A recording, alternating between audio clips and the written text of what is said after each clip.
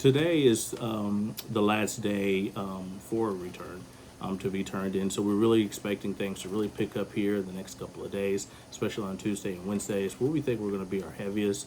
But again, we're all here to really make sure that we get these tax returns processed and that we're serving our Tennessee state customers as the best way as we can to make sure that these get processed in a very good, timely manner.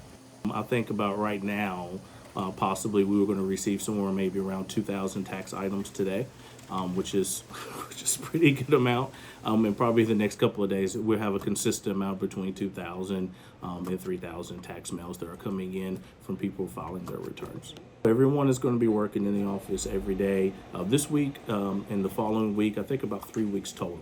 We're going to be working in the office together every day. So we have a little things planned that each unit is going to kind of put on some type of game or something like that. And so it's going to be really an exciting time.